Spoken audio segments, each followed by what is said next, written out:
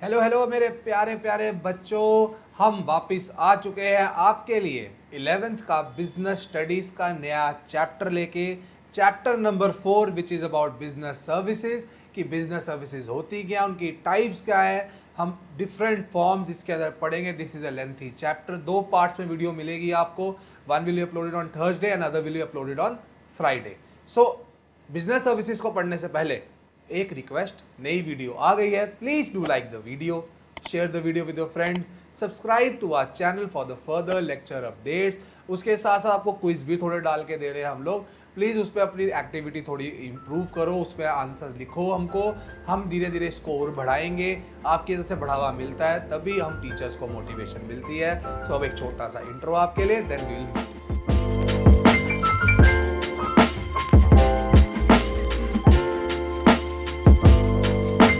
तो आ जाओ, will start with the chapter कि हाँ भाई, एक नॉर्मल पहले जैसे सर का एक पुराना असूल है, एक इंट्रोडक्शन देंगे आपको कि हाँ भाई, अब सर हम लोग स्टार्टिंग से एक चीज़ देख रहे हैं, हम लोग पढ़ रहे हैं, हम गुड्स के ऊपर ज़्यादा फोकस करते हैं, but why not services.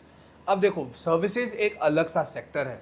Service economy हमारे देश की जो मोस्ट इंपॉर्टेंट टर्शरी सेक्टर है, वहाँ पर सर्विसेज की काफ़ी बात की जाती है। बिजनेस सर्विसेज क्या है? हम लोग डॉक्टर्स, टीचर्स, लॉयर्स आपको सर्विसेज प्रोवाइड कर रहे हैं। We are not providing any goods to you.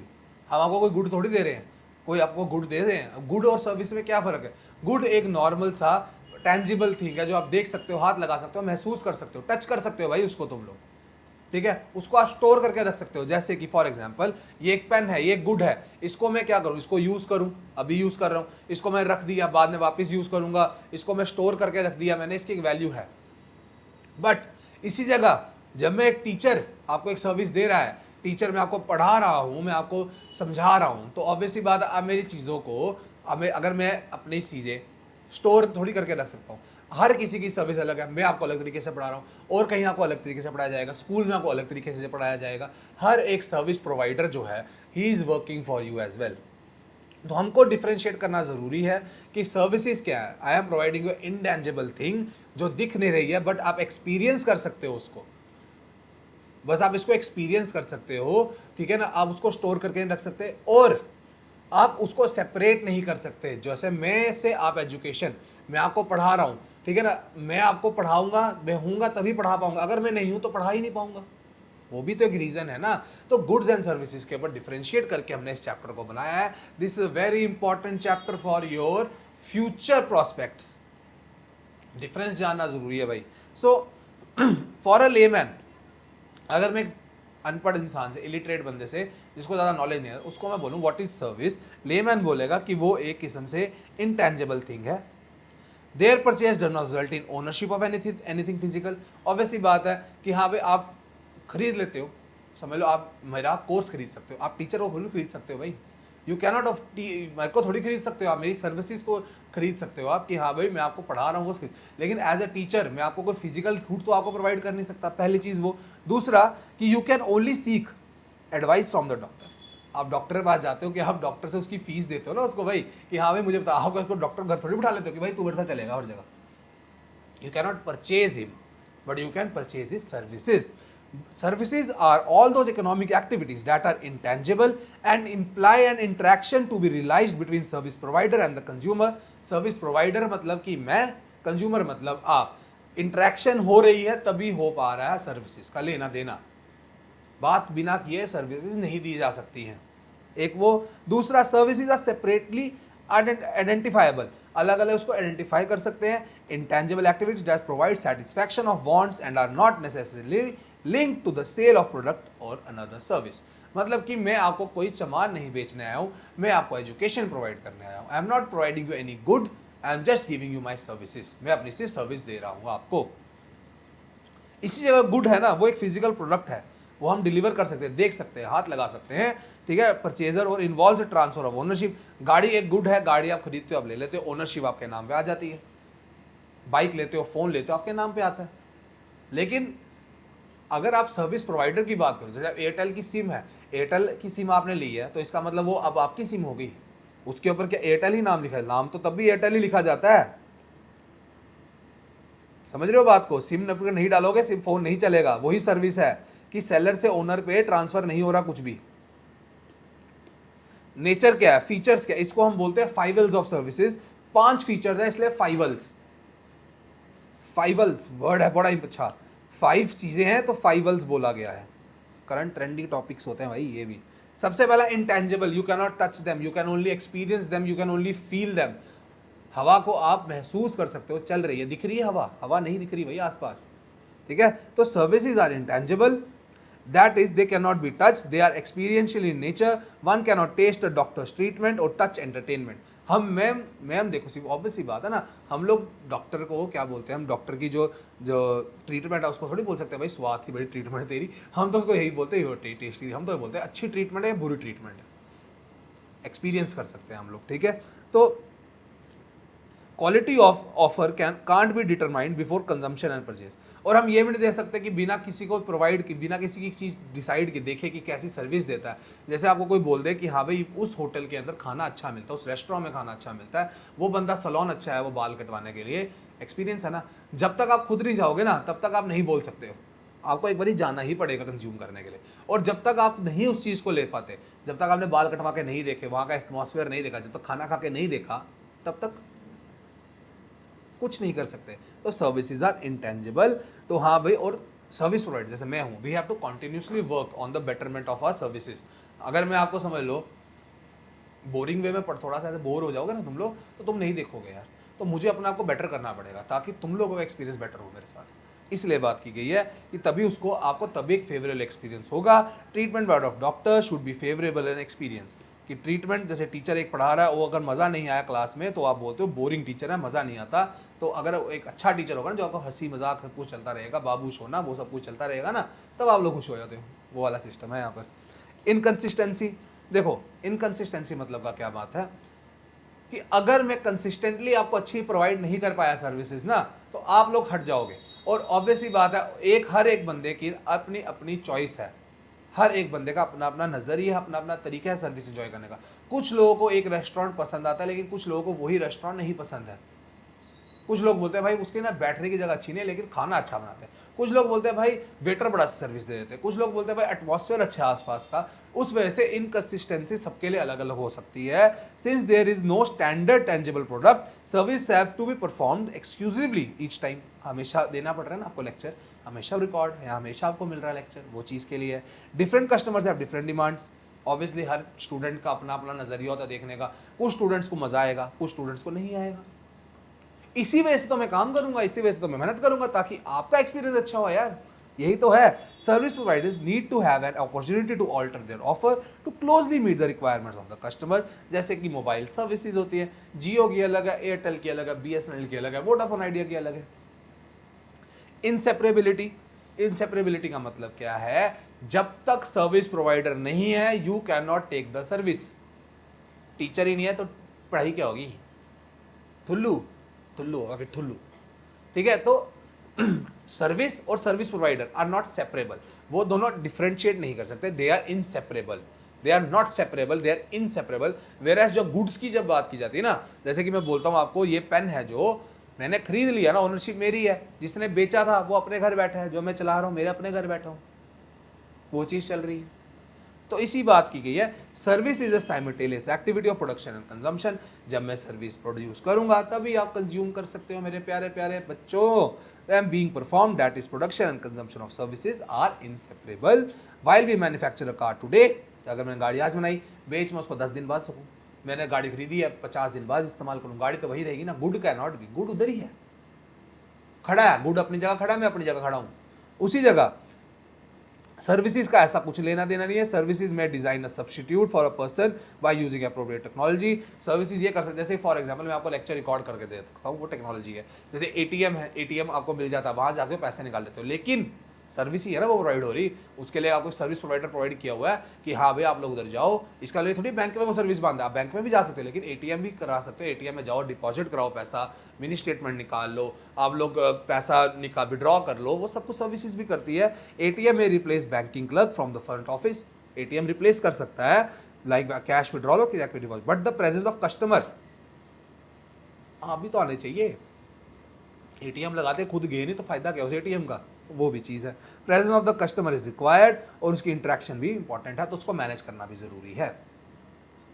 Inventory less है, सर्विसेज का स्टॉक तो इकट्ठा कर नहीं सकते हम लोग, गुड्स का स्टॉक होता है, गुड्स और ऑलवेज इन इन्वेंट्री। मैं बोलता हूँ ना किसी दुकान में जाता हूँ, भाई मुझे 50 चिप्स के पैकेट दे दे, मुझे 10 आइसक्रीम दे दे, वो इन्वेंट्री को इकट्ठी करता है। लेकिन सर्विसेज की इन्वेंट्री नहीं होती है, services are inventory less, service have a little or no tangible components. Obviously बात है, कोई टेंजिबल कंपोनेंट तो है नहीं ना मेरा बोलने का, ये है बस लिख के दे रहा हूँ आपको मैं, तो लिटल लिटल आ गया ना, ठीक है ना। And cannot be stored for future use, जैसे कि मैंने ये लेक्चर आपको दे दिया, ऑब्वियसली यूट्यूब में तो पड़ा रहेगा ना, वो आप ऐसे बोलोगे यूट्यूब में तो पड़ा रहता है, बट ये जो भी आपको मिला है it will be provided to you on the Thursday, तब आपको जब मिलेगा यू लाइक हाँ यार वो चीज़ है, फर्स्ट एक्सपीरियंस, वो चीज़ की बात आती है। Services are perishable and providers can store some associated goods but not the services itself. The demand and supply needs to be managed as the service has to be performed as and when the customer ask for it. उसी वक्त करूंगा ना, जैसे मैं आता हूँ आपको vacuum cleaner दिखाता हूँ, उसकी सर अब क्या है, उसको मैं चला के ऐसे करके दिखाता हूँ ना, यहाँ भाई ये करेगा वो करेगा, ऐसा करेगा वैसा करेगा। अब वो जब चला गया अब क्या करोगे, अब आप बोलोगे यार इसने सिखाया तो था बट मुझे याद नहीं है। वो जो चीज़ है ना वो सर्विस प्रोवाइडर दे सकता है। वैक्यूम क्लीनर तो आपके पास पड़ा हुआ ना, उसका टेंजिबल कंसेप्ट तो, लेकिन जो चलाना सिखाया था वो तो चला गया। अब आप उसको नेट पे ढूंढो, इंटरनेट पे, हाँ भाई यूट्यूब पे how to do this in vacuum cleaner, वो चीज़ आ जाती है।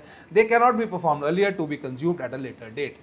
फॉर एग्जाम्पल से रेलवे की टिकट आप ले सकते हो, टिकट आप स्टोर कर लो because that is a little tangible thing, but जो एक्सपीरियंस है जर्नी का, आपकी टिकट समझ लो मैं बोलता हूँ, अगर आज मैं बोलता हूँ आपको 5 सितंबर है, मैं बोलता हूँ आपकी जो ट्रेन की टिकट है वो है 20 सितंबर की, आप क्या उस टिकट की एक्सपीरियंस को 21 सितंबर को ले सकते हो? नई टिकट के साथ, उस टिकट के साथ नहीं ले सकते हो। तो सिंपल सी बात है कि हाँ भाई इन्वेंट्री लेस है, हम इसका टिकट का सबूत रख सकते हैं, मेरे पास टिकट है सर लेकिन मैं उसको एक्सपीरियंस नहीं कर सकता वापस जाके, वो चीज़ है। लास्टली बात की गई इन्वॉल्वमेंट की। इन्वॉल्वमेंट क्या है? One of the most important characteristics is the participation of customer in the service delivery process. मैं तो दे रहा हूँ, आप देखोगे नहीं लेक्चर तो काइंड ऑफ फीस, कोई फायदा नहीं है। तो that is what I am telling about कि हाँ भाई इन्वॉल्वमेंट जरूरी है कस्टमर का। Customer should be always involve in a service provider industry, कि अगर सर्विस इंडस्ट्री में कस्टमर का रोल होना चाहिए। बैंक खुले हैं लेकिन कस्टमर नहीं आएगा तो बैंकिंग सर्विस क्या एक्सपीरियंस करोगे आप? टीचर आपको पढ़ा रहे हैं, जब स्टूडेंट ही नहीं है पढ़ने वाला तो फिर क्या करेंगे टीचर भी बैठ के? वही चीज़ है, customer has the opportunity to get the service modified according to the specific. आप मुझे बोल सकते हो कि सर मुझे ये चैप्टर वापस कमेंट करके बता, कमेंट लिख सकते हो कि ये चैप्टर मुझे समझ नहीं आया, कंसेप्ट समझ नहीं आया, मैं वापस बता सकता हूँ, हाँ या ना? आई कैन वापस आपको बता सकता हूँ ना चीज़ के बारे में। तो ऑब्वियस सी बात है, यही लिखा गया है कि आप अपने हिसाब से सर्विस को मॉडिफाई करा सकते हो। बाइक लेने जब बाइक जाते हो, बाइक को मॉडिफाई नहीं कराते लोग, लाइट लगा सकते हो आप लोग, बाइक को ये कर सकते हो, एग्जॉस्ट लगा लिया नया, लाइटें नहीं लगा दी। लड़कियां भी होती हैं, लड़कियां बोलती हैं कि यार मुझको ये टी शर्ट पे ये प्रिंट लेना है, इस पर ये करवा देती हूँ, इस पर ये फ़ोटो लगा देती हूँ, अपना फ़ोन का वो कवर चेंज करा सकती हूँ, वो चीज़ भी तो है। That is all the customers can do. What is the difference? Difference क्या है? देखो द बेसिक डिफरेंस क्या है गुड्स और सर्विसेज का, वो है 2 पॉइंट्स के ऊपर। Non transferability of ownership, goods की ट्रांसफर ओनरशिप की हो जाती है। जैसे कि आपने गाड़ी मारुति से ली, आपके नाम पे आरसी आ जाएगी, तो आपके स्कूटी ली, आपके नाम पे स्कूटी का आरसी आ जाएगी, तो ओनरशिप ट्रांसफर हो गया। बट सर्विसेज की ओनरशिप ट्रांसफर नहीं होती। आपको मैंने चीज बता दी कि आप अब टीचर बन गए, नहीं बने, सिंपल सी बात है। और दूसरी बात, कंज्यूमर और प्रोवाइडर दोनों होने चाहिए। अब देखो गुड खड़ा है, गुड आपके पास पड़ा हुआ है, ठीक है, आपको मिल गई गाड़ी, आप चला रहे हो, खत्म हो गई बात। जब टीचर ही नहीं है पढ़ाएगा क्या? मैं ही नहीं हूं तो पढ़ाऊंगा क्या आपको? यार तो यही बात चल रही है कि both service provider and the consumer, आप दोनों, हम दोनों को साथ में प्रेजेंट होना चाहिए, तभी तो सर्विस डिस्कस होगी। डिफरेंसेस पे आ जाओ भाई। भाई सुनो, मजाक सेट के एक बात बताता हूं आपको, सुनो मेरी बात। अगर पेपर में ये शॉर्ट क्वेश्चन होता है भाई, this is a short question, ये पेपर में आएगा ही आएगा, मैं लिख के दे देता हूं अभी, और इसी के ऊपर आपका 5 या 6 नंबर का क्वेश्चन आना है। इसी के बेस के ऊपर ना ये याद रख लो, जब आप कभी डिफरेंशिएट करोगे ना, बेसिस एक और दूसरा ऐसा ही डिफरेंशिएट करना यार, बहुत अच्छा लगता है, इट लुक्स वेरी गुड, बहुत अच्छा पेपर लगता है। तो इसके ऊपर ही नंबर बनते हैं आपके। कंसेप्ट समझाना भी काम है और टिप्स एंड ट्रिक्स देना भी काम है। तो ये टिप एंड ट्रिक लिख लो, नोट डाउन कर लो, as it is made here ना, जैसा आपके एनसीईआरटीज में लिखा गया है, बनाया गया है, प्लीज वैसा ही बनाओ यार, मजा आता है फिर, ठीक है। आई एम सो सॉरी, थोड़ा जूम इन ज़्यादा हो गया ना। चलो भाई डिफरेंस पढ़ते हैं, हाँ ठीक है। चलो भाई, पहला डिफरेंस किसके बेसिस पे है? नेचर के बेसिस पे है कि जो सर्विसेज हैं इज एन एक्टिविटी और प्रोसेस। जैसे एक मूवी देख रहे हो आप, फोन चला रहे हो आप, यूट्यूब पे फिल्म देख रहे हो आप, यूट्यूब पे मुझको देख रहे हो आप, दैट इज एन नेचर, इसकी एक प्रोसेस है, ठीक है। उसी जगह वहां पर एक फिजिकल ऑब्जेक्ट है, जैसे कि ये पीपीटी आपको मिलेगी, आप उसको स्टोर कर सकते हो, उसके कागज का प्रिंट निकाल सकते हो। दूसरा टाइप, सर्विसेज आर हेट्रोजीनियस, मतलब कि मैं जो पढ़ा रहा हूं, हो सकता है दूसरा टीचर कुछ अलग पढ़ा रहा हो, तीसरा टीचर कुछ अलग पढ़ा रहा हो, अलग टीचर अलग पढ़ा रहा हो, बिजनेस स्टडीज को अलग वे में करा रहा हो। तो ये चीज की बात की हेट्रोजीनियस है, different. Heterogeneous means it is different. वो कैप पे इंप्रूवमेंट करनी है, हेट्रोजीनियस का मतलब होता है डिफरेंट। वेयरएज जो गुड्स है वो होमोजीनियस है। i20 का एक मॉडल, उसका दूसरा मॉडल, जैसे कोलगेट की टूथपेस्ट है, उसका मेरे पास भी वही है, आपके पास भी वही है, उसके पास भी वही है। एक फोन है आईफोन, अगर समझ लो किसी के पास है, किसी के पास सैमसंग का फोन है, अगर आपके पास आईफोन का कोई मॉडल है आईफोन 12, तो आईफोन 12 सबके पास आईफोन 12 है भाई, उसके आईफोन 12 में कुछ एक्स्ट्रा नहीं है जो आपके पास नहीं है। तो it means they are homogeneous, same to same, ditto copy. उसके बाद इंटेंजिबिलिटी, सर्विसेज तो इंटेंजिबल है भाई, दिखती थोड़ी है, लेकिन गुड्स टेंजिबल है, ठीक है। Inconsistency, different consumers having different demands, मतलब कि आप, हो सकता है आपको सर्विस अलग तरीके की चाहिए, आप हो सकता है बाल कटवाते हो अपने पास पेड़ के नीचे से, हो सकता है एक बंदा बोलता हूँ मैं भाई मैं सैलून जाता हूँ, एक बंदा बोलेगा भाई मैं उससे बाल कटवाता हूँ, वो बड़ा फेमस है। तो अलग अलग एक्सपीरियंस है, इनकंसिस्टेंसी है। लेकिन जो गुड्स है डिफरेंट, सबको तो एक ही चीज़ ना, आईफोन सबको आईफोन ही मिला ना, आईफोन 12 सबको आईफोन 12 मिला। अगर आपके पास समझ लो सैमसंग का फोन है कोई, सैमसंग M31 है, सैमसंग M31 ही रहेगा, स्टैंडर्डाइज प्रोडक्ट है। फिर आई इंसेपरेबिलिटी, मैंने बोला साइमल्टेनियस कंजम्पशन एंड प्रोडक्शन हो रही है, इधर मैं बोल रहा हूँ आप सुन रहे हो, साइमल्टेनियसली चल रहा है, ठीक है। कि जैसे कि आइसक्रीम खा रहे हो रेस्टोरेंट में, आइसक्रीम आई, आइसक्रीम खाई, खत्म हो गई, चले गई, ये बात। उसी जगह इन जो गुड्स है वहां पर सेपरेशन ऑफ प्रोडक्शन और कंजम्पशन हो सकती है। आइसक्रीम ली, फ्रिज में रख दी भाई, किसी दुकानदार ने आइसक्रीम ली आगे बेचने के लिए, उसने फ्रिज में स्टोर कर ली। उसके बाद बात की इन्वेंट्री के ऊपर, मैंने आपको बताया सर्विसेज की इन्वेंट्री नहीं बना सकते आप। ट्रेन की टिकट, आपने ट्रेन की टिकट आपका एग्जांपल दिया ना, जैसे कि जो ट्रेन की टिकट है वो गुड है, वो आप रख सकते हो, स्टोर कर सकते हो, इन्वेंट्री लगा सकते हो। लेकिन जो एक्सपीरियंस है ट्रेन की जर्नी का, वो कैसे स्टोर करोगे? बोलोगे वीडियो बना लेंगे, सर नहीं होता यार।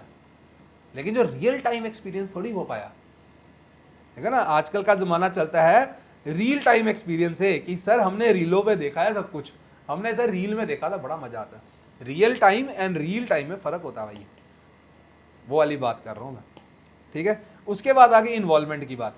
इन्वॉल्वमेंट में सर ने बताया आपको कि पार्टिसिपेशन कस्टमर्स का भी होना चाहिए, जैसे कि मैं आपको कोई सर्विस दे रहा हूँ, आपका इन्वॉल्वमेंट भी है और मेरा इन्वॉल्वमेंट भी है। लेकिन गुड्स में ज़रूरी नहीं है इन्वॉल्वमेंट की बात करना, involvement all the time is not possible. मतलब कि मैंने गाड़ी बना के भेज दी, अब वो उसका डीलर मेरे को दे ही जा रहा है, वो थोड़ी जिसने गाड़ी बनाई है मालिक थोड़ी आ रहा है मेरे पास बात करने के लिए, hello sir how are you, वो नहीं हो रहा है। तो इधर इन्वॉल्वमेंट की बात आ गई है। Now will study about the business services, types of services क्या है। देखो 3 टाइप्स ऑफ सर्विसेज है, इसके बारे में डिटेल में पढ़ना हमको, बहुत डिटेल में लेक्चर है, काफ़ी डिटेल में है। बिजनेस सर्विसेज कौन सी सर्विसेज है जो डायरेक्टली बिजनेस इस्तेमाल करता है अपना। बिजनेस कौन सी सर्विसेज इस्तेमाल करता है सर? जैसे इंश्योरेंस करवाते हैं हम लोग, इंश्योरेंस कराते हो ना तुम लोग, अपने फादर का बिजनेस होगा वहाँ देखना इंश्योरेंस कराई होगी उन्होंने गुड्स की, कभी कभी कुछ करवाते हैं कुछ नहीं भी कराते हैं। ट्रांसपोर्ट तो करवाते हैं सामान, इधर से दूसरी जगह पे भिजवाते तो होंगे, अच्छा वो भी नहीं करते हैं पापा। कम्युनिकेशन तो कर रहे हो, फ़ोन इधर से उधर कि हाँ भाई साहब सामान आपका तैयार है आ जाएगा, ये तो कर रहे होंगे, यही सही से भी है। चलो आप बोलते हैं सर वो भी नहीं करते मेरे पापा। बैंक में खाता होगा मेरे बच्चों, बैंक में तो बच्चों मेरे खाता होगा ना पापा का, वही चीज़ की बात आ रही। फिर बात आती है सोशल सर्विसेज की। सोशल सर्विसेज की जाती है कैसे कि ना, मैं इधर परस्यूट कर रहा हूँ कि अच्छे मन से कर रहा हूँ, जैसे मैं गरीब बच्चों को खाना खिलाता हूँ, अच्छी पढ़ाई करवाता हूँ, उनको अच्छी फैसिलिटी दे देता हूँ, कोई जैसे एजुकेशन प्लेटफॉर्म यही तो कर रहे हैं, this is the social service. मैं आपको क्या कर रहा हूँ, बैंकिंग सर्विसेज भी चल रही है लेकिन सोशल सर्विस भी चल रही है, ये फ्री में वीडियो आपको मिलेगी, आप देखोगे भाई, this is the social service, सब इस्तेमाल करेंगे। वही चीज़ की बात हो रही है कि हाँ भाई ये मैं क्यों चाहता हूँ, ताकि आपका लिटरेसी रेट बेटर हो, आपकी लिटरेसी अच्छी होगी, अच्छी जॉब लगेगी, अच्छी जॉब लगेगी, अच्छी नौकरी मिलेगी, नौकरी मिलेगी तो अच्छा पैसा मिलेगा, अच्छा पैसा मिलेगा तो अच्छी जगह शादी भी हो जाएगी, भगवान का दिया जाए तो अच्छी रही, वो भी है। तीसरी बात की है पर्सनल सर्विसेज की, जैसे कि हर कस्टमर की अपनी अपनी पर्सनल चॉइस होती है, मैंने आपको बताया ना, कोई किसी को मैं बोलूँ आपको कि हाँ भाई आप खाना खाना चाहते हो, कोई बोलता है मुझे भाई राम के छोले भटूरे पसंद है, कोई बोलता है नहीं यार मुझे नहीं पसंद, वो बोलता है मैं हल्दीराम के पसंद है, एक बंदा आता नहीं नहीं मैं अब भी कानों के पसंद है। तो हर किसी की अपनी अपनी सर्विस चॉइस है, हर किसी का अपना अपना पर्सनल डिमांड है, पर्सनल अपनी सोच है, उसके हिसाब से बात है। कुछ लोग बोलते, मैं आपको बोलता हूँ कमेंट डाउन करना, फेवरेट प्लेस कौन सी जाने की, कहाँ जाना चाहते हो। देखना, देखो मैं हूँ ना यार, मुझको एक जगह घूमने का बड़ा शौक है, ठीक है, मैं चाहता हूँ मैं वहाँ जाऊँ यार। मैंने ना वो कपिल शर्मा का शो आता था, उसमें ना एक जगह थी, उसमें ना वो बुडापेस्ट जगह है, यूरोप में है, ठीक है ना। मेरे में से मजा भी आता है, बोलता है कि बूढ़ा पेस्ट्री करते जा रहा, खत्म नहीं हो रहा, तो मैं यहाँ जाना चाहता हूँ। वैसे आप भी मुझे बताओ, देखो सबका अपना अपना टूरिज्म एक्सपीरियंस है ना, अपने अपने मजे से जा रहे हैं, अपनी अपनी। मैं बोलता हूँ फ्री टाइम में कुछ बच्चे बोलते हैं क्रिकेट खेलता हूँ, कुछ बोलते हैं मैं बुक पढ़ता हूँ सर, कुछ बोलते हैं सर मैं यूट्यूब पे ये बनाता हूँ, शॉर्ट बनाता हूँ। हमारे ऑफिस में एक लड़की है, वो बोलती है सर मैं ना जब फ्री होती हूँ मैं ना अपनी ना यूट्यूब पे ना अपने ऐड करती हूँ, यूट्यूब पे अपना डांस करके दिखाती हूँ, या यूट्यूब पे ये एक्टिविटी या कभी कुकिंग करके दिखाती हूँ। तो वैसे चीज़ की बात है, पर्सनल सर्विसेज अलग होती है। सो अब हम पढ़ेंगे बिजनेस सर्विसेज को डिटेल में। इसको पढ़ना है, मैंने एक्सप्लेन अच्छे से कर रहा हूँ मैं, प्लीज़ रीड इट डाउन यार, मैं चाहता हूँ आप पढ़ो। ऐसे फिर अगर वही सब कुछ समझाना है, वही पढ़ाना है ना, तो वही जो लिखा है वो आपको बोलूँगा बार बार बार बार ना, फिर मज़ा नहीं आता, ठीक है। तो एक बार रीड कर लेना, वीडियो चलाते थे रीड करते रहो, ठीक है। बिजनेस सर्विसेज क्या है, देखो आजकल के ज़माने में रूल है, बेसिक रूल है, सर्वाइवल ऑफ द फिटेस्ट। ये एक एनवायरनमेंट में तो रूल है ही है, लेकिन बिजनेस के अंदर भी है, जिसकी सर्विसेज बेटर है ना, they will only survive in the business market, क्योंकि आजकल कट थ्रोट कंपटीशन है। जियो, एयरटेल, वोडाफोन आइडिया, बीएसएनएल, कौन सा सिम यूज करते हो बताओ। कुछ बोलेंगे सर जियो करता हूँ, क्यों करता हूँ, उनकी सर्विसेज बेटर है। कुछ बोलेंगे एयरटेल करता हूँ। अब जिनकी सर्विसेज बेटर नहीं थी वो बंद हो गई, एयरसेल थी एक पुरानी कंपनी, बंद हो गई, कहाँ गई, खत्म, टाटा टाटा बाय बाय, वो हो गया उसका। तो वही है कि आजकल इतना कंपटीशन है, तो बिजनेस सर्विसेज हमको बेटर से बेटर प्रोवाइड करनी है, ताकि customer more and more attract हो, बेटर ट्रांसपोर्टेशन दे, इंश्योरेंस कंपनीज अच्छे से काम करें, ये सब जरूरी है। नहीं तो बिजनेस बंद हो जाएगा, कि जैसे कि हम बोलते हैं there is no room for non performance and hence companies tend to stick what they can do the best. Business enterprises look towards banks for availability of funds, insurance company ताकि इंश्योरेंस करवा सके, transport के लिए raw material करने इधर से उधर, telecom and postal services ताकि हम अपने सप्लायर वगैरह से बात करें, और भाई सामान हो गया तैयार मेरा, आ जा, या आप लोग मुझे फोन करोगे सर ये वाला बैच चाहिए सर, क्या करें, वो चीज़ें। उसी के लिए सबसे पहले बात की गई बैंकिंग सेक्टर की। बैंक क्या करता है, बैंक क्या सर्विसेज देता है। बैंक जाए गए होगे बैंक, पापा जाते होंगे या तुम भी गए होगे, 11th में पहुंच गए हो यार, बैंक तो जाते ही होगे, कभी ना कभी तो गए होगे। बैंक हमसे पैसे लेता है, डिपॉजिट करते हैं हम लोग बैंक में, सेविंग पे इंटरेस्ट मिलता है, एफडी बना के देता है, ड्राफ्ट बना के देता है बैंक, बैंक ये सब तो काम करता ही है, ठीक है। तो ये सभी accept money on deposit, repayable on demand and also earn margin profit. Margin profit को हम बोलते हैं स्प्रेड, लिखा नहीं है, अगर आपने कंसेप्ट समझना तभी बताता हूँ। स्प्रेड का मतलब पता है क्या होता है, देखो अब बैंक, हम ये सोच, हम बैंक तो कमाई करता ही होगा, बैंक भी तो पैसे कमाता है, समझ लो। हम बोलते हैं बैंक ने, हम सेविंग अकाउंट में पैसा जमा कराते हैं, बैंक हमको ना 4% इंटरेस्ट देता है, लेकिन जब बैंक लोन देता है ना किसी को, वो 10% लोन पे परसेंटेज देता है। ये जो 6% इसने कमाया है, दिस इट कॉल्ड स्प्रेड, मतलब कि ये प्रॉफिट है इसका, एक नॉर्मल कंसेप्ट है।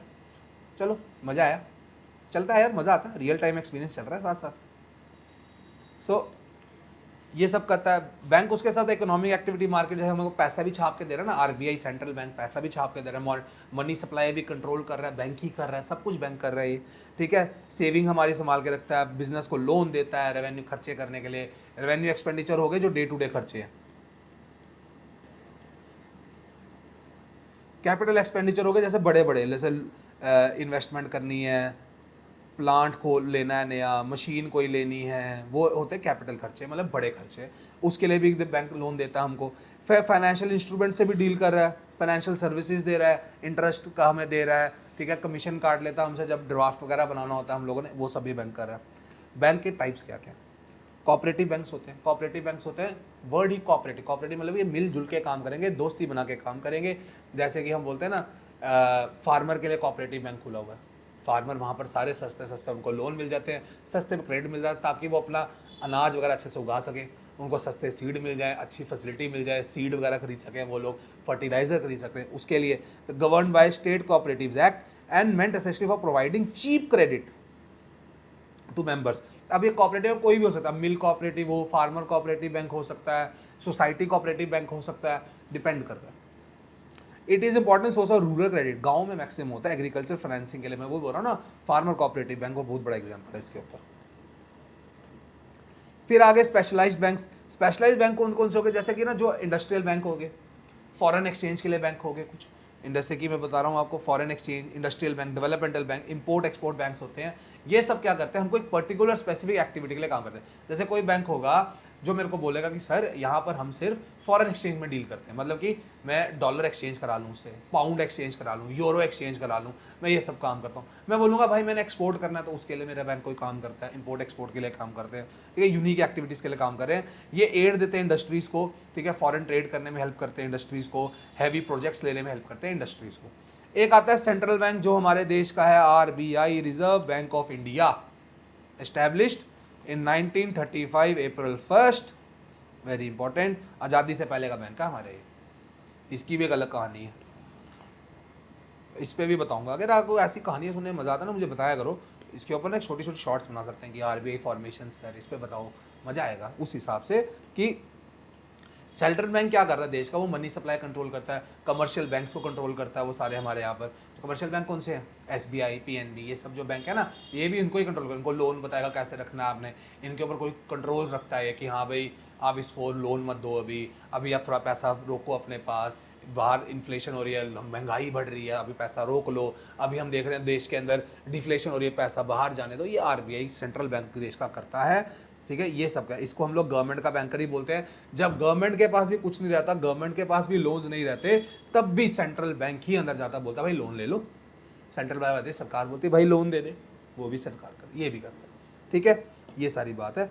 लास्टली कमर्शियल बैंक, जो मोस्ट इंपॉर्टेंट बैंक्स हैं, जो हमारा डेली एक्सेप्टेंस ऑफ डेली जिनके पास जाते हैं, जैसे कि आप बोलो एचडीएफसी, प्राइवेट हो पब्लिक हो, देखो एसबीआई, पीएनबी, कोई बैंक बोल दो भाई, सारे इसमें डलते हैं।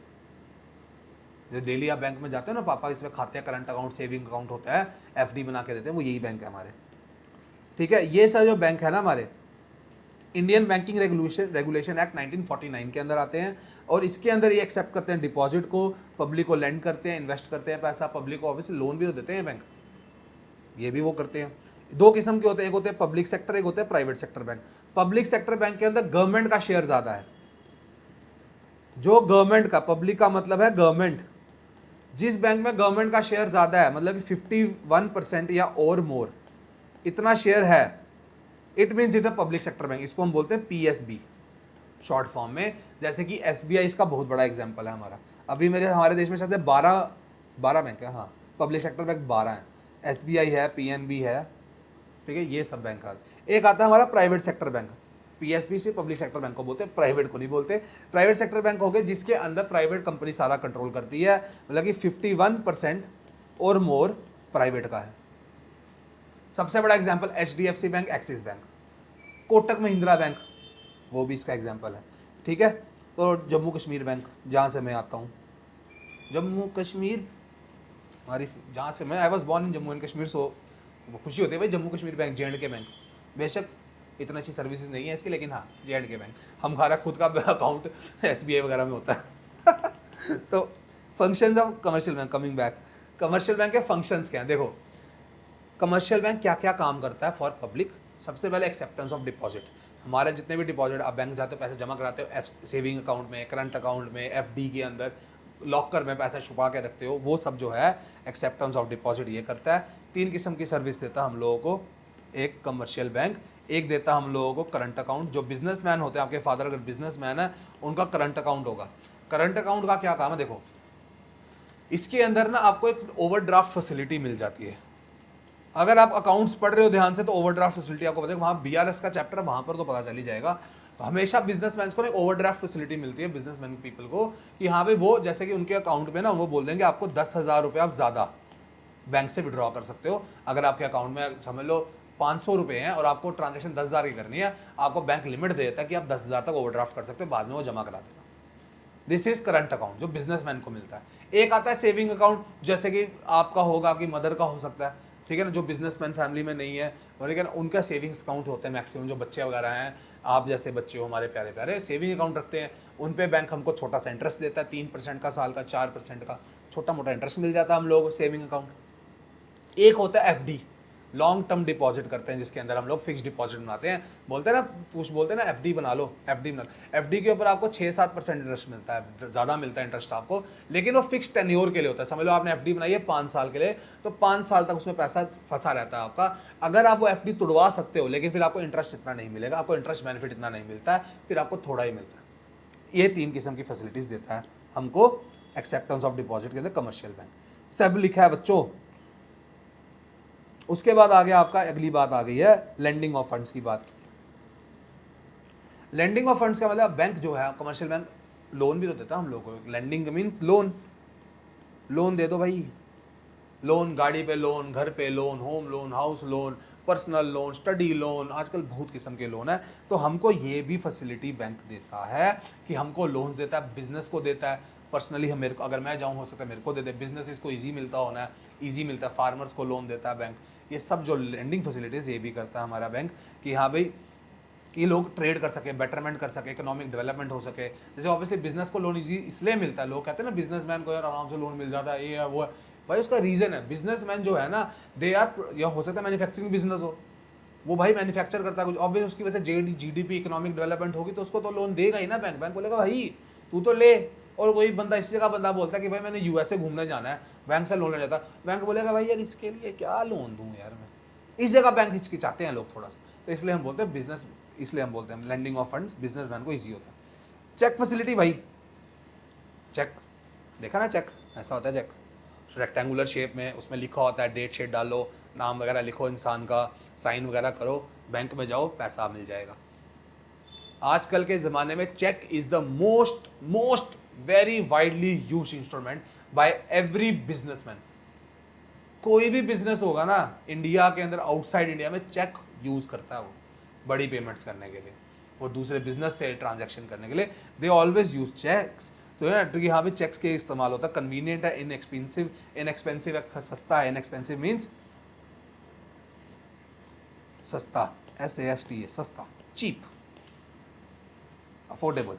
Convenient means easy to use, काफ़ी कन्वीनियंस है, इजी है बड़ा कभी यूज़ करने का। 2 किस्म के चेक होते हैं बच्चों, एक होता है बियरर चेक्स, एक होता है क्रॉस चेक्स।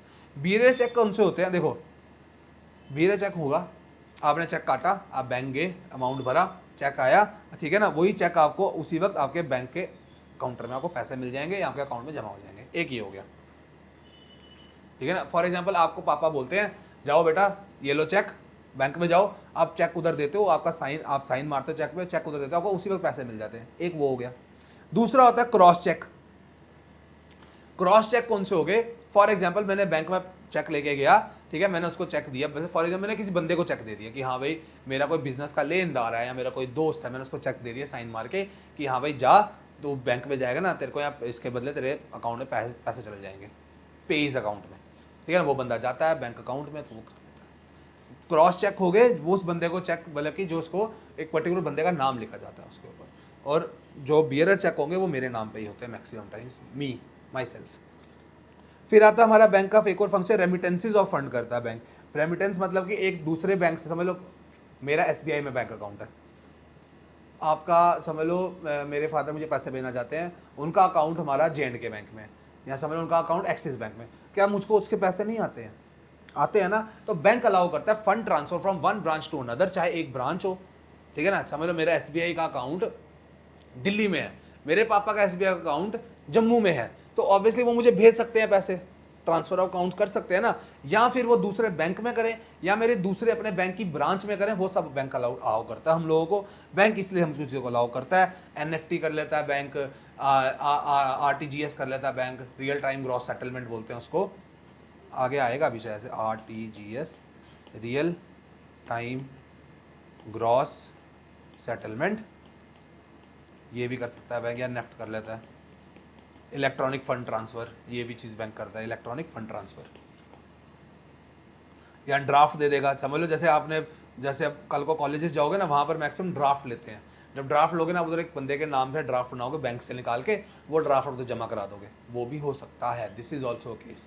सो लास्टली एलाइड सर्विसेज का मतलब क्या है, बैंक आपको लॉकर फैसिलिटी भी देता है, लॉकर में पैसे जमा कराने के लिए हीरे जवाहरात अपने कागज़ वगैरह छुपा सकते हो आप लोग, हाँ हाँ हाँ, ब्लैक मनी, ठीक है। उसके साथ आपके बिल पेमेंट, आजकल तो हम बोलते हैं ना अपने आप ऑनलाइन बैंकिंग से इस्तेमाल कर लो, कहीं पर ही बैठ के आप ट्रांजैक्शन कर सकते हो। इवन दो बैंक के अपने अपने टेक्नोलॉजी अपडेट्स आते रहते हैं, एसबीआई का अपना इंटरनेट बैंकिंग है, जेएंडके बैंक का है, एक्सिस बैंक की अपनी ऐप है, एचडीएफसी बैंक की अपनी ऐप है, वो सब भी वो दे रहे हैं। इंश्योरेंस प्रीमियम करवा लो आप उनसे, इंश्योरेंस ले सकते हो बैंक से, ये सब भी आपको बैंक प्रोवाइड कर रहे हैं। और आज का ज़माना इंटरनेट बैंकिंग, ई बैंकिंग का ज़माना चल रहा है। आजकल हर कोई फ़ोन में चला रहा है, जीपे, गूगल पे, पेटीएम करो, पेटीएम सब कुछ चल रहा है आजकल।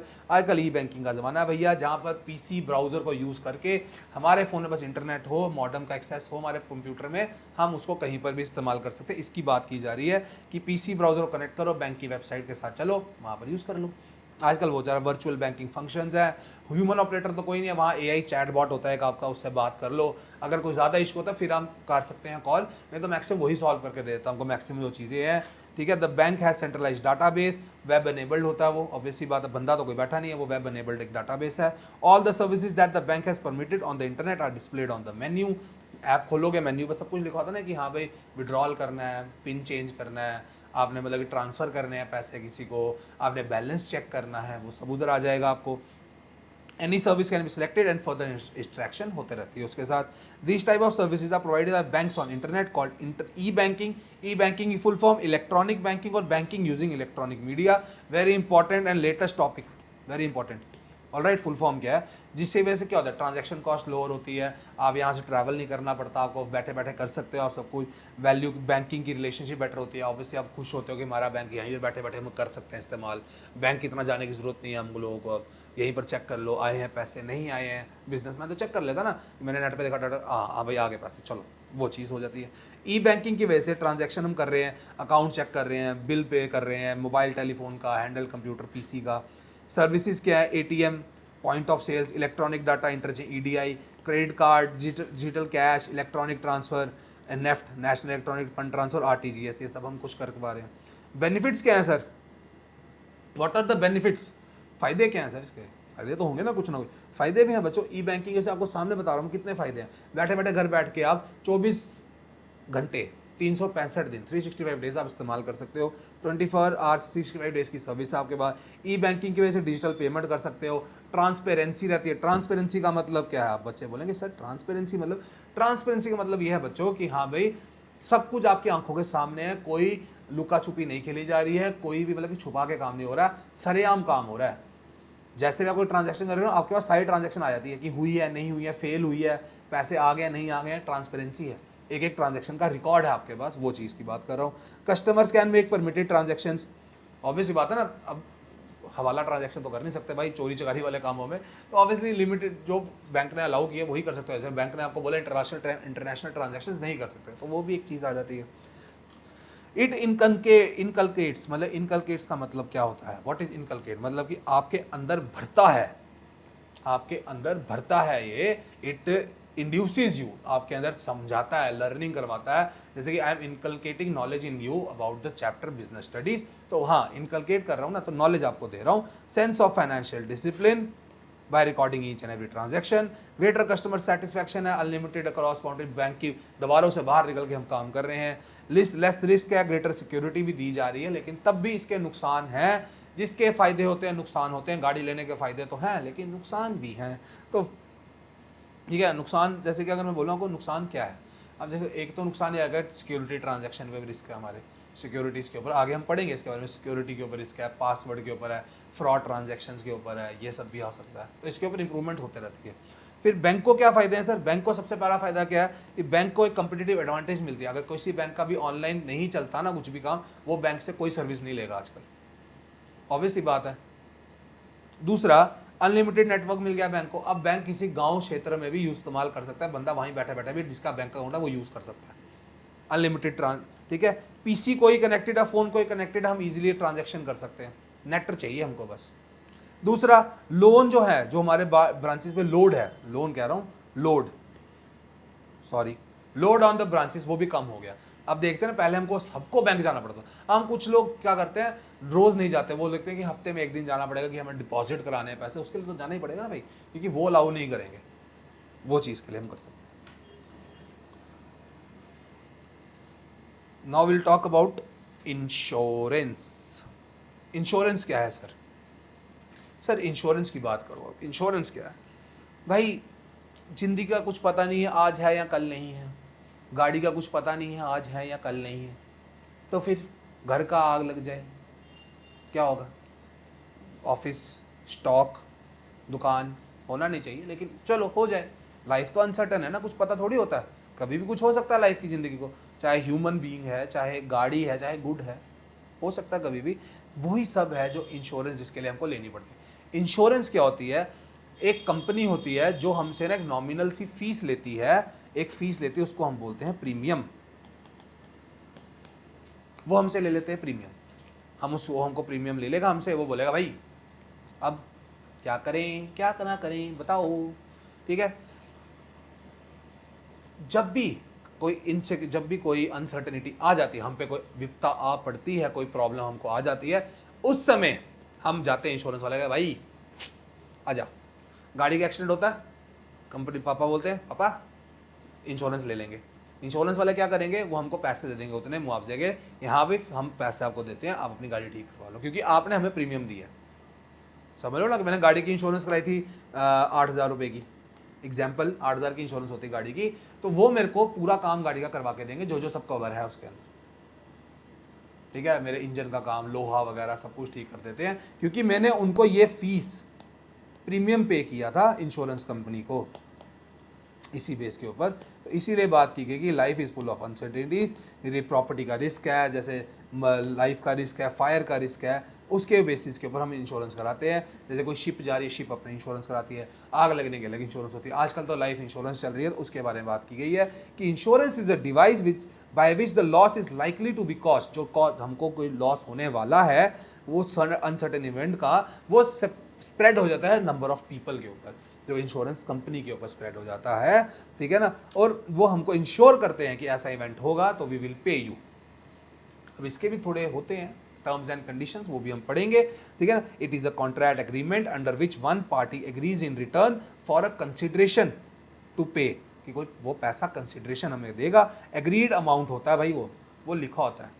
जैसे कि अगर आप देखो, गाड़ी है ना, सबके घरों में गाड़ियाँ, स्काई बाइक, स्कूटर कुछ तो होगा, ठीक है। उस पर आप देखना, एक चीज़ नोटिस करना, अगर रियल टाइम हम पढ़ेंगे ना, एक रियल टाइम चीज़ का मजा पता क्या था? देखो, गाड़ी की इंश्योरेंस होगी ना, वो इंश्योरेंस कॉपी एक होगी, किसी भी सर्विस प्रोवाइडर हो सकता है श्री राम हो सकता है, प्रमोशन नहीं है, जैसे कि मैं कहता हूँ एको हो, बड़े नाम है यार आजकल, ठीक है, उसके हिसाब से इंश्योरेंस करा लेते हैं। उस पर देखना आपके पापा ने एक प्रीमियम पे किया होगा, भाई कितने की खर्चा होगा ना, वो पापा उधर लिखा होगा नीचे कि हाँ भाई गाड़ी का महंगा होगा, बाइक का कम होगा। एग्जाम्पल समझ लो, उधर 2500 दिया होगा पापा ने, किसी के फादर ने 2800 दिया होगा, किसी के फादर ने 5000 दिया होगा, एक वो अमाउंट लिखा होगा उधर।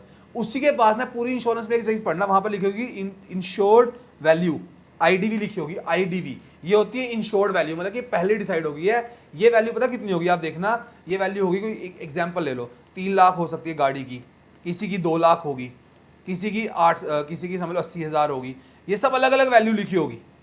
ये जो वैल्यू है ना, कंपनी यहां तक, इतने पैसों में कंपनी यहां तक आपको इंश्योरेंस देती है गाड़ी की। यहां पे कल को आपका 3 लाख तक नुकसान होगा, हम आपको पूरा कर देंगे, लिखा होगा इंश्योरेंस में। प्लीज ये देखना, फिर ही मजा आएगा। रियल टाइम एक्सपीरियंस है, ये नहीं होगा मुझे बताना, मैं अगले टाइम आपको दिखा दूंगा, ठीक है। ये सब इंश्योरेंस है, ये रियल टाइम एक्सपीरियंस होता है भाई, ठीक है। तो एग्रीमेंट एक हुआ कि उसने बोला कि मैं यहाँ तक आपको पैसे दे दूंगा, अमाउंट ऑफ मनी आपने जो पे की है मुझे, ठीक है ना, ताकि कोई लॉस, डैमेज या इंजरी हो जाए उस समय, लेकिन with the insurance pecuniary interest, जैसे कि फायर, कार, ठीक है, लाइफ इंश्योरेंस, इंडाउनमेंट इंश्योरेंस, इन सब का ऐसी कंडीशन होती है भाई। मान लो मेरी गाड़ी का इंश्योरेंस मैंने लिया है, उसके अंदर लिखी 4 चीज़ें, गाड़ी में आग लग जाए, यहाँ गाड़ी को डैमेज हो जाए, गाड़ी टूट जाए, एक्सीडेंट हो जाए उस वजह से। फॉर एग्जाम्पल मैं खुद ही हथौड़ा मार के डेंट मार दूं, यार उस पर इंश्योरेंस कंपनी बोलेगी भाई ये इस पर क्यों इंश्योरेंस देंगे हम लोग, ये तो तुमने खुद ही कर दिया, आग लगा दी तुमने खुद ही। इसी पे यही बातें हैं, यही टर्म्स एंड कंडीशंस है, इसको ध्यान देना। Agreement contract is put in writing, उसको हम बोलते हैं इंश्योरेंस पॉलिसी। सारा कागज इंश्योरेंस आपको पापा ने मिली होगी ना, कागज या पीडीएफ फॉर्मेट में होगी या कागज होगा, वो एक पॉलिसी, उसको बोलते हैं insurance policy. Person whose risk is insured, मतलब कि आपके पापा का अगर रिस्क इंश्योर्ड हुआ है तो मतलब ही is called insured. And the firm which insures the risk, उसको इंश्योरेंस बोलते हैं, एश्योरेंस अंडरराइटर बोलते हैं। एश्योरेंस अंडरराइटर हम बोलते हैं शिप के टाइम पे, ये याद रख लेना बस। इंश्योरर हर जगह चलेगा, अंडरराइटर जो वर्ड है ना that is only for the ship insurance time, marine के टाइम पे आता है। ठीक है, फंडामेंट प्रिंसिपल्स क्या है सर इंश्योरेंस के, मैं इसको हटा रहा हूं भाई, लिख लो, नोट्स बनाते रहा करो साथ साथ, मजा आता है, नोट्स बनाओ। ठीक है, फंडामेंटल प्रिंसिपल्स क्या है, the basic principle of insurance क्या है, an individual business chooses to spend a definitely known amount sum in place, जो ह्यूज अमाउंट जो कवर करना है उसके लिए उसको थोड़े पैसे भी देगा ना, उसको हम बोलते हैं पीरियोडिक पेमेंट, या इंस्टॉलमेंट में दे सकता है, या जगदम इकट्ठे दे दे वो, जैसे गाड़ी के इंश्योरेंस में हम लोग इकट्ठे दे देते हैं, या कभी कभी कुछ लोग इंस्टॉलमेंट भी कराते हैं, कुछ लोग देते हैं कि 8,000 की करा लो। जैसे लाइफ इंश्योरेंस पे लोग प्रीमियम देते हैं आहिस्ता आहिस्ता करके, साल 1.5 साल 2 साल लगा के पैसे देते हैं, उसके बदले कंपनी बोलती है जैसे बड़ा अमाउंट है, जब लो लाख रुपया देना इंश्योरेंस में तो इंस्टॉलमेंट में दे दो, छोटा मोटा अमाउंट दे 2,000 रुपये वो बंदा इकट्ठा दे देता है, तो स्मॉल प्रीमियम बोलते हैं उसको, मैं आपको स्टार्टिंग से बता रहा हूँ। The loss of risk still remains but the loss is spread over. देखो ना, इंश्योरेंस हमको ये थोड़ी, इंश्योरेंस हमको ये नहीं बोल रही कि भाई आग नहीं लगेगी, इंश्योरेंस बोलती है कि अगर कल को लग जाए, अगर कल को एक्सीडेंट हो जाए, उस समय मेरा काम आएगा। गेटिंग माई पॉइंट, रिस्क नहीं खत्म किया उसने, बस जो रिस्क है ना आपका उसको डिवाइड कर दिया, उसको थोड़ा सा उसने सपोर्ट कर दी, कल को हो जाए ना, हम हैं भाई तेरे साथ, we will help you out. वही बात की है कि expose to the same risk the premium paid by them are pooled out. अब देखो, कार इंश्योरेंस कितने लोगों ने कराई होगी, कितने लोग कराते हैं गाड़ी की इंश्योरेंस, साधु कराते हैं, मैंडेटरी है भाई।